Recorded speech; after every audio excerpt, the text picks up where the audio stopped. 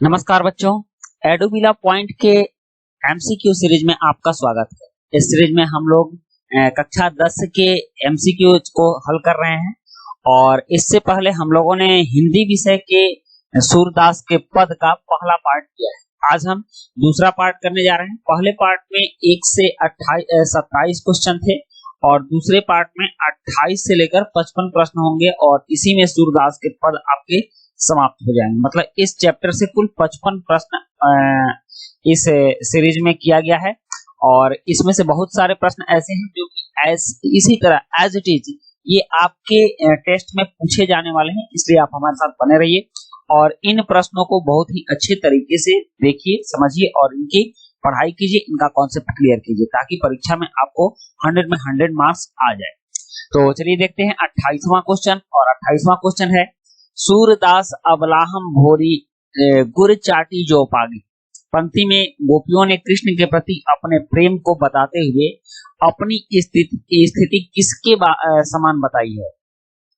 तो इसका उत्तर ग है, गुड़ से चिपकी चींटी के समान। वो कह रही हैं, गोपियां कह रही हैं कि हम लोग गुड़ से चिपकी हुई चींटी हैं और अपने आप को वो चींटी के समान बता रही हैं। नेक्स्ट है 29 नंबर प्रश्न की मन की मन ही माज रही। इस पंक्ति में किसके मन की बात कही गई है? तो उत्तर है, गोपियों के मन की बात करेंगे, उनके मन की बात तो मन में ही रह गई।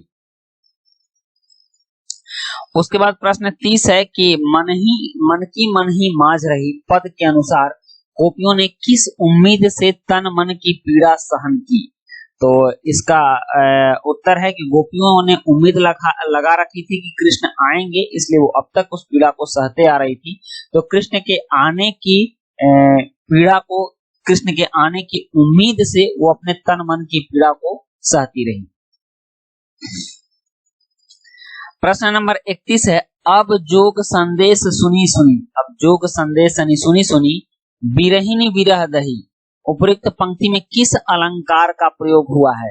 तो यहाँ सुनी सुनी, संदेश सुनी सुनी और बिरहनी विरह, तो ये दोनों में बार बार एक ही वर्ण की आवृत्ति आई है जिससे कि अनुप्रास अलंकार है। तो इसका उत्तर ग होगा, अनुप्रास अलंकार। नेक्स्ट है 32, चाहती हुती गुहारी जितहिते उतते धार बही। प्रस्तुत पंक्ति के अनुसार गोपियां उद्धव को उलाहना देते हुए कहती हैं कि वे किससे उम्मीद कर रही थी कि उनकी रक्षा की जाएगी? वहीं से धार बह रही थी, वहां किसकी धार बह रही थी? तो उत्तर है ख, योग की धार बह रही थी।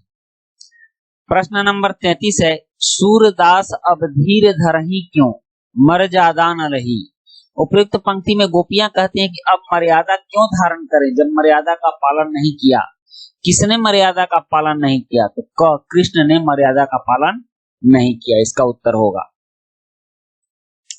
उसके बाद प्रश्न नंबर 34 है, हमारे हरि हारिल की लकड़ी। इसमें हारिल पक्षी के विषय में बताया गया है जो अपने पंजों में लकड़ी पकड़े रहता है।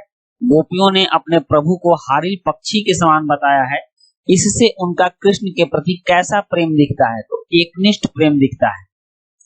नेक्स्ट है 35 नंबर प्रश्न की गोपियां जागते सोते सपने में दिन रात किसका नाम जपती है? इसका उत्तर है कृष्ण का नाम जपती है। प्रश्न नंबर 36 है कि गोपियों को योग संदेश किसके समान लगता है?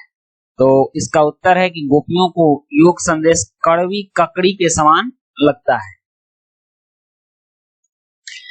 और 37 नंबर प्रश्न है कि गोपियन ने योग संदेश किसे देने को कहा? तो ऑप्शन है जिनके मन चंचल हैं, जिनके मन चंचल नहीं हैं, जिनके मन भगवान के चरणों में नहीं लगे हैं, उपरोक्त सभी। तो गोपियों का कहना था कि हमारा मन तो कृष्ण के प्रेम में, कृष्ण के इर्द गिर्द ही घूमता रहता है, इसलिए हमारा मन चंचल नहीं है, आप मुझे योग संदेश का मत दीजिए। जिनके मन चंचल हैं आप उनको जाकर योग संदेश दीजिए कि वो अपने मन को एक जगह स्थिर रखें। नेक्स्ट है 38 नंबर प्रश्न की गोपियों ने पहले के लोगों को भला बताया है, इसके पीछे क्या कारण दिया है? तो ऑप्शन है जिनके मन चंचल है, अपने काम से काम रखना, भोला स्वभाव होना और चालाक होना। तो इसका उत्तर है क, जिनके मन चंचल है। और 39 नंबर प्रश्न है कि निम्नलिखित में से कौन सा शब्द कृष्ण का पर्यायवाची नहीं है? कान्हा कृष्ण को बोलते हैं, माधव कृष्ण को बोलते हैं, हलधर कृष्ण को नहीं बोलते हैं, ये बलराम को कहा जाता है, और मुरलीधर भी कृष्ण को कहा जाता है। हलधर बलिराम कृष्ण के जो भाई थे बलिराम, यह हल धारण किए हुए थे, हल लेकर, इनका जो शस्त्र था, हथियार था, वह हल था, इसीलिए इनको हलधर कहा जाता है। तो इसका उत्तर ग होगा कि हलधर कृष्ण का पर्यायवाची शब्द नहीं है। उसके बाद है 40 नंबर प्रश्न की गोपियों को अब अपना मन वापस मिलने की आशा है, उनका मन अपने साथ कौन ले गया था? तो इसका उत्तर है क, कृष्ण। अब सॉरी, इसका उत्तर ग होगा, इसका उत्तर होगा ग कि गोपियों के मन को कौन ले गया था? तो गोपियों के मन को कृष्ण ले गए थे। प्रश्न नंबर 41 है, निम्नलिखित में से क्या भ्रमर का पर्यायवाची है? तो भ्रमर का पर्यायवाची क्या है? तो ऑप्शन है माधव, मधुप, माधुर्य और मधुर। मधुप मतलब मधु चाटने वाला, तो यह है भ्रमर का पर्यायवाची हो गया मधुप। प्रश्न नंबर 42 है, गोपियां किससे गुहार लगाना चाहती थी? तो ऑप्शन है राम से, प्रभु से, उद्धव से, कृष्ण से। तो गोपियां कृष्ण से गुहार लगाना चाहती थी, उत्तर घ इसका सही है। प्रश्न नंबर 43 है कि गोपियों ने कृष्ण को किस प्रकार धारण किया था?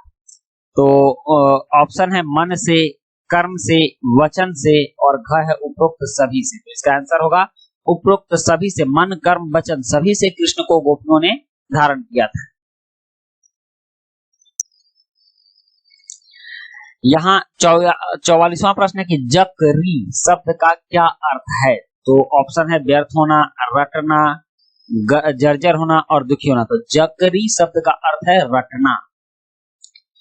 क्वेश्चन नंबर 45 है कि गोपियों के अनुसार सच्चा राजधर्म क्या है? तो यहाँ ऑप्शन है प्रजा का पालन करना, प्रजा के सुखों का ध्यान रखना, प्रजा को बिल्कुल न सताना और घ है उपयुक्त सभी। तो सच्चा राजधर्म होगा उपयुक्त सभी। प्रश्न नंबर 46 है कि सूरदास के साहित्य में किस रस की प्रधानता है? तो सूरदास के साहित्य में वात्सल्य रस की प्रधानता है। इन्होंने कृष्ण के बचपन के गुणों का वर्णन किया है, तो इसलिए उनमें वात्सल्य रस की प्रधानता है। सूरदास के साहित्य में किस भाषा की प्रमुखता है? तो उन्होंने ब्रज भाषा में अपनी लेखनी चलाई है, तो ब्रज भाषा प्रधानता लिखेंगे, प्रमुखता लिखेंगे। और क्वेश्चन नंबर 48 है कि गोपियों ने उद्धव को बड़भागी क्यों कहा है? तो इसका उत्तर क होगा, ऐसा कहकर गोपियों ने उद्धव पर व्यंग कहा है। उन्होंने कहा है कि आप तो बड़भागी हैं कि कृष्ण के साथ रहकर भी कृष्ण से आपको प्रेम नहीं हुआ, इसलिए यह व्यंग किया गया है। और 49 नंबर प्रश्न है कि गोपियों ने उद्धव के अनासक्त अलग रहने की तुलना किससे की है? तो कमल के पत्ते और तेल की मटकी दोनों से की है। तो इसका आंसर ग होगा। उसके बाद है 50 नंबर प्रश्न की प्रीति नदी में कौन सा अलंकार है? तो प्रीति नदी में रूपक अलंकार है। और प्रश्न नंबर 51 है कि गुड़ चाटी ज्यों पागी में गुड़ से किसकी तुलना हुई है और चींटी से किसकी तुलना हुई है? तो गुड़ से कृष्ण की तुलना हुई है और चींटी से गोपियों की तुलना हुई है। कृष्ण को गुड़ कहा गया है और गोपियों ने खुद को चींटी बोला है। 52 नंबर प्रश्न है कि गोपियों ने स्वयं को भोरी क्यों कहा है? तो इसका उत्तर होगा वे छल कपट और चतुराई से दूर थी, भोली थी, भोली को भोरी कहा है। भोली मतलब समझते हैं, भोला वो होता है जो छल कपट से दूर होता है, उसको भोला बोलते हैं। प्रश्न नंबर 3 है कि समझी बात कहत डैश के समाचार सब पाए, निम्नलिखित में से रिक्त स्थान की उचित पूर्ति कीजिए। तो यहाँ मधुकर होगा, समझी बात कहत मधुकर, यहाँ होगा मधुकर। ठीक, तो उत्तर ख सही होगा। उसके बाद है प्रश्न नंबर 54 उद्धव की बड़भागी किसके द्वारा कहा गया है? तो गोपियों द्वारा। उद्धव को बड़भागी किसके द्वारा कहा गया है? गोपियों के द्वारा। प्रश्न नंबर 55 है कि अपरस शब्द का क्या अर्थ है? तो अपरस शब्द का अर्थ है अनासक्त, जिसमें आसक्ति न हो, जो किसी के प्रति जुड़ाव न रखता हो, उसको अपरस बोलते हैं।